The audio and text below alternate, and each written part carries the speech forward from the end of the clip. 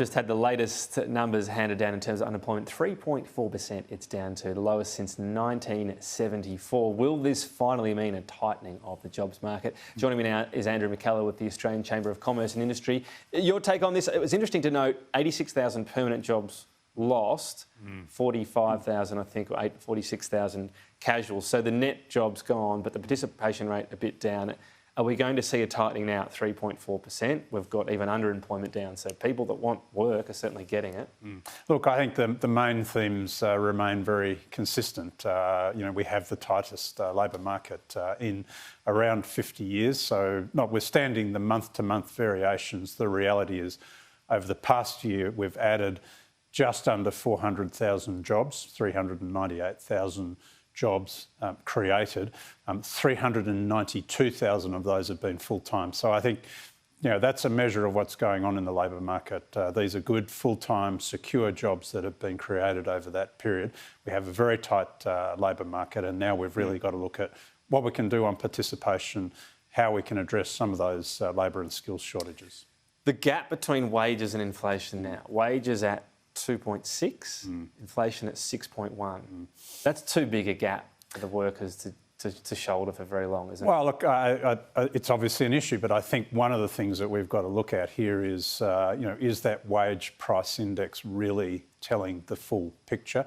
It's a very narrow measure. It's just basically picking up, ordinary earnings and ordinary time. There's no account for compositional changes in the nature of work that people are doing or the extra compensation they're getting in some cases. So I think you don't think this is a true figure?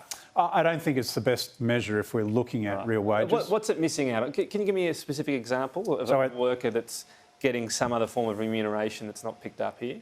Look, so it doesn't pick up, bonuses and overtime measures, these sorts of things. You need to look at a broader measure, because I think now, as people are changing jobs quite often, what they're doing is they're being able to boost their remuneration going from one job to the next. Well, it should pick up that. I mean, if your remuneration changes, it picks it up. But what are you saying? There may be a sign-on bonus that's not included. Well, so there are things like that as well, which aren't included in those figures. So you want an overhaul for the way this is done? I think if we're going to really understand what's going on in the labour market at the moment, you'll find that, in fact, many employers are lifting wages more than is showing up in that wage price. Through other elements. It might be, training, it might be food included in it. If you work at a cafe, we'll give you free food on shifts, anything along those lines? There's a whole range of different things that employers are doing to keep and attract new workers, and I think that's not really been picked up in the wage price. So have you called? Have you speaking to people about changing the way it's actually? Oh, absolutely. I mean, I think there are better measures that we can look at. There are better ways of understanding what's going on out there in the. When you push for a change or including other elements, you're told it's too complicated. We're not going to do. Well, I think this is a measure that is out there that people are commonly using. We just need to understand the shortcomings with that particular analysis, and I think we do need to. And ultimately, we will see that measure picking up. I'm sure we'll see that grow. But is it just a complexity thing? Because you say, well, it's just one measure, but it's the measure everyone looks at. It's an independent measure. I see all day, different people are posting on Twitter, here's a new figure when we include this, or we strip out mining, whatever it might be. Yeah, well, I think that's the thing with statistics. So understanding what's happening out there in the labour market at the moment, remuneration is an issue, and look, real wages are an issue. But I think we've got to understand that there are a lot of pressures on employers at the moment, and in many cases they're responding. Unions want to look at the skilled migrant visa as part of the Jobs and Employment, etc. Summit coming up, Skills Summit. The eligibility to get that visa at the moment is $53,900 a salary, which is well below even an average salary in Australia, and it's been frozen for nearly 10 years. It needs to increase, doesn't it? Well, and we've said we're happy to look at some level of increase. We think somewhere around 59,000, 60,000 is realistic. We see in what the unions have published yesterday, they're talking about taking it up to 90,000 or even a bit over that. That's too much. And the problem this creates is that for many areas where there are critical shortages of skills and labour, that the remuneration that you're looking at will be under that 90,000 figure. And this is particularly the case in some industries and in regional areas.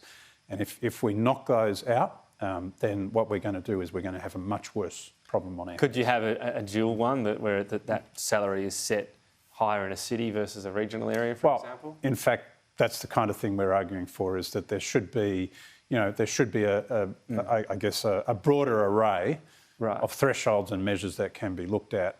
We shouldn't be just knocking out on the basis of some aggregated measure. But that, even if you're negotiating on that and the city one's a bit higher than you'd like, as long as the regional one stays a bit lower. Yeah, we've got to retain that flexibility, and I think what was proposed yesterday just is too restrictive. It won't work. You're in discussions about Jobs and Skills Australia, a body to sort of look at this in Australia with the unions. How's that discussion going? Look, very well. I think on this, actually, there's quite a lot of common ground and agreement. We're quite optimistic that this new independent body, will serve a very valuable function. So provided, it has the ability to take that information, provide advice, look at what's happening really at all levels of industry, then I think we're quite optimistic that it's a good measure. What's the simple way of describing this? That it is able to look at, and I guess in real time, really quickly, is the crucial element. Where are our skills needed? And then advising the government on whether that means they should offer, I don't know, subsidised courses in something, get Australians in the work, a skilled migrant visa specifically in one particular area, whatever it might be, just to make sure these are being addressed, not every 5 years, but, shortages pop up in 6 months sometimes. Look, I think it's being responsive. I think it's having that broader perspective and getting that flexibility and that detail down to that. Because a lot of the skills you can train up for pretty quickly, right? Some of them might take a few years, but some of them 6 months or a year. Sure. And suddenly you can have people out there in the fields that are needed. I think it's been more responsive. So we're encouraged by that. All right. Andrew McKellar, thanks for your time today. Great. Thanks for